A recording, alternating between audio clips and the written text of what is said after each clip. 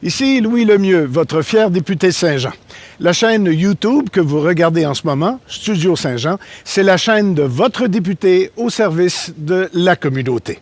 Tout au long de l'été, Alice et Marianne vont vous présenter ce que je vous présentais depuis plus d'un an déjà, des rencontres, des conversations avec des gens de la communauté qui ont besoin de vous ou qui veulent se faire connaître de vous et par vous pour mieux travailler ensemble. Dans le fond, Studio Saint-Jean, c'est d'essayer de communiquer plus et de communiquer mieux, comme ceci.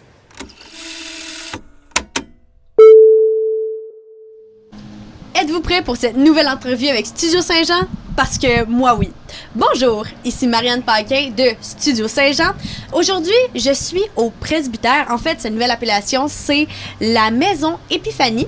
Et on va jaser de sculpture sur bois avec un de mes artistes préférés, Monsieur Daniel Granger, qui est avec nous. Bonjour, Daniel. Bonjour, Marianne. Comment ça va? Ça va super bien. C'est ce qu'il faut. Bon, première question. Est-ce que je peux vous tutoyer? Certainement. Tutoie-moi. C'est une bonne réponse. Ça va être d'autant plus convivial.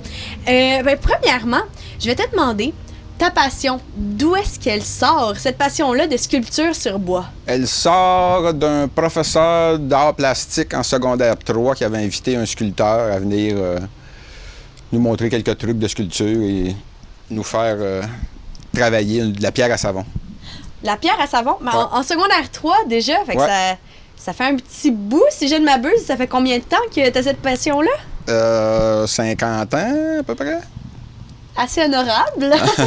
Puis après avoir eu ce petit élément déclencheur-là qui a parti une belle passion, est-ce que tu as poursuivi tes études là-dedans? Oui, j'ai étudié à l'école de sculpture à Saint-Jean-Port-Joli de 75 à 77. Okay. Avec plusieurs autres artistes qui sont connus ici au Québec, là.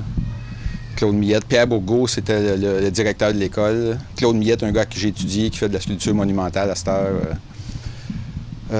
Et quelques autres là, qui ont continué, eux autres aussi, dans le domaine de la sculpture et de l'enseignement. Oui. Puis est-ce que tu as déjà enseigné un peu la sculpture ou tu es vraiment juste sculpteur par passion puis pour toi? Ah, j'ai déjà eu quelques cours privés de sculpture, là, mais sans grande envergure, mettons, là. OK. Puis après l'école à Saint-Jean-Port-Joli, après, t'es allé où? Qu'est-ce que t'as fait? Comment débuter ta carrière? J'ai commencé par travailler pour des ébénistes parce qu'il fallait que je gagne ma vie, évidemment. Oui. Puis gagner sa vie avec la sculpture, c'est pas tout le temps évident. Donc, j'ai fait des meubles. OK. J'ai appris l'ébénisterie en travaillant avec des ébénistes. Puis est-ce que tu es encore ébéniste aujourd'hui? Oui, je travaille. Je travaille le bois, fait que je travaille plein de domaines particuliers pour le bois, c'est-à-dire l'ébénisterie, la restauration de meubles, le tournage, la sculpture. Oui. Puis, est-ce que tu travailles autre chose que le bois? Parce que là, on parle beaucoup de bois. Est-ce que tu as déjà essayé de travailler d'autres matériaux? Ah, j'ai travaillé un petit peu de granit, métal plié, non soudé, là, mais plié. Mais c'est ça, depuis plusieurs années, je me consacre pas mal au bois. Et pourquoi le bois? Parce que c'est une matière vivante, puis c'est une matière facile à trouver. Il y en a partout. Il y a tout le temps un voisin qui coupe un arbre, un beau-frère.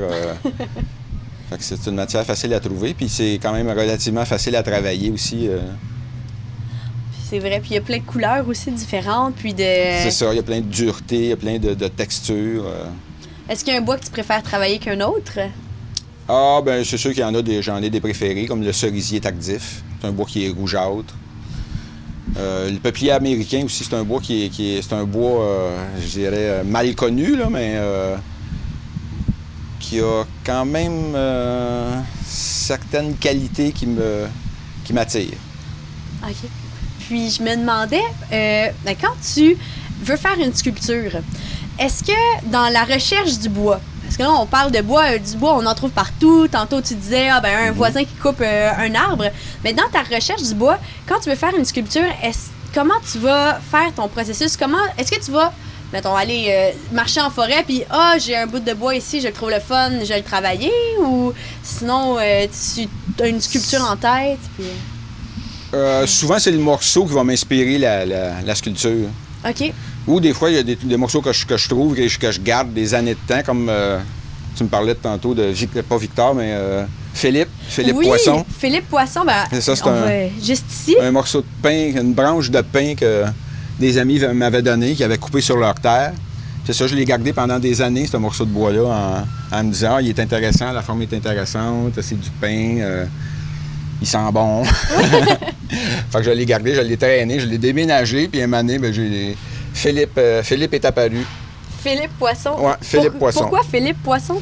Parce qu'il y avait beaucoup de Philippe dans mon entourage dans ce temps-là, puis c'est ça, un moment donné, je travaillais dessus, puis là, un moment donné, j'ai dit, bon, ben Philippe, tasse-toi donc. Puis le nom Philippe, il est resté. Le nom Philippe Poisson. Ouais, Philippe Poisson. Ben, pourquoi pas? Ben, il a l'air très sympathique, Philippe Poisson. Puis, là, déménager du bois, quand même, tu as déménagé avec la... Est-ce que tu fais souvent ça, traîner des morceaux de bois comme ça? Oui, quand tu déménages un atelier, tu déménages ton matériel aussi. Tu déménages tes outils, tu déménages ton matériel, tu déménages ta matière première. C'est vrai. Ça doit pas être évident parce que le bois, c'est quand même quelque chose d'un matériau pesant. Oui, puis surtout, moi, souvent, c'est des bûches, fait qu'ils ont toutes sortes de formes, fait que ça s'empile pas comme des planches. Oui, c'est vrai. Fait que, oui, c'est un petit peu de trouble. Oui, C'est du j'imagine. travail. Puis, quand on parle de déménager des sculptures comme ça, par exemple, quand tu fais des expositions comme celle-ci, qui est en fait visite de l'extérieur, si vous voulez venir visiter, on va regarder un peu plus en détail l'exposition tantôt. Mais quand tu fais une exposition comme ça, quand il faut déménager les œuvres d'art, comment est-ce que ça fonctionne? Est-ce que ça prend beaucoup de temps? Oui, ça prend beaucoup de temps, mais il faut y penser avant, parce que toutes mes sculptures sont démontables. Il y a toute une pièce qui se démonte en quelque part pour justement le transport. Parce que sans ça, ça serait trop compliqué, là, faire des armatures pour pas que ça bouge. Puis non, toutes mes sculptures, c'est ça, ils se démontent toutes, en fait. C'est plus facile comme ça. C'est ça, il faut les réassembler lors du vernissage, pour le vernissage ou le montage de l'exposition. Là. Ah. Puis, y a-t-il un thème particulier si on parle de l'exposition qui est juste ici? Il n'y a pas de thème vraiment. C'est les amis de Trinity Church qui m'ont appelé, qui m'ont offert la vitrine, en fait, pour exposer mes œuvres. Fait que j'ai mis des œuvres récentes là, des dernières années. D'où le nom vitrine. Oui, c'est ça. Le nom de l'exposition. Ouais. C'était une bonne idée. Là, si on regarde un peu, je me souviens que tu m'avais déjà parlé que les œuvres avaient des histoires, en fait. Puis là, la grande en arrière m'intrigue. Oui, ça, c'est la coureuse de grève. La coureuse de grève, c'est une légende dans le coin de Saint-Jean-Port-Joli où j'ai étudié la sculpture. Ouais. C'était un peu comme les sirènes. C'était une femme qui se promenait sur le bord de la grève, mais qui attirait les marins. C'est un peu soit pour les ensorceler, soit pour les charmer, ou tout dépendant de la version. Elle était des fois bonne, des fois méchante. Là. Puis la tienne, est-tu bonne ou est méchante? La mienne est très bonne. Très tendre et très grande. Oui, c'est assez impressionnant parce qu'on la voit en équilibre, mais tu sais, le bois est vraiment comme penché sur le côté. C'est vraiment impressionnant. Oui, il y a le mouvement dans le... Exactement. C'est le mot que je cherchais. Puis sinon, si on se promène un peu, là, il y a Philippe Poisson ici qu'on a abordé un peu. Ouais. Mais l'autre qui m'intriguait, c'est l'une de tes seules sculptures qui est plus colorée sur le haut. Celle-ci, juste là. Oui, ça, c'est ma dernière sculpture, en fait, ma dernière production. C'est la femme totem. C'est un hommage aux femmes autochtones de l'Amérique, en fait, que je trouve qui ont beaucoup souffert depuis l'arrivée de l'homme blanc en Amérique du Nord. Puis que là, ils ont tenu bon, je dirais, puis ils ont continué à s'exprimer. On en voit là avec le chant, la poésie, le cinéma. Ils sont très dynamiques, je dirais, dans leur démarche. Très artistique aussi. Oui. Puis les couleurs, qu'est-ce que ça représente? Les couleurs, en fait, là, je l'ai appelée la femme totem. On voit qu'elle est bien positionnée, elle est bien solide sur ses jambes. Ses bras se transforment en ailes. Puis c'est ces idées qui sortent de sa tête pour s'envoler vers l'univers des anciens. Donc c'est ça des la ancêtres. Oui, donc c'est ça, la couleur qui remonte. C'est très bien imagé, je trouve. Puis si on se promène un peu par là, il y a encore un autre Il poisson. y a le cousin à Philippe, ça c'est Victor, Victor Poisson. Victor Poisson. Victor Poisson. Lui aussi, c'est un autre morceau de bois que j'ai traîné quelques années avant de le travailler.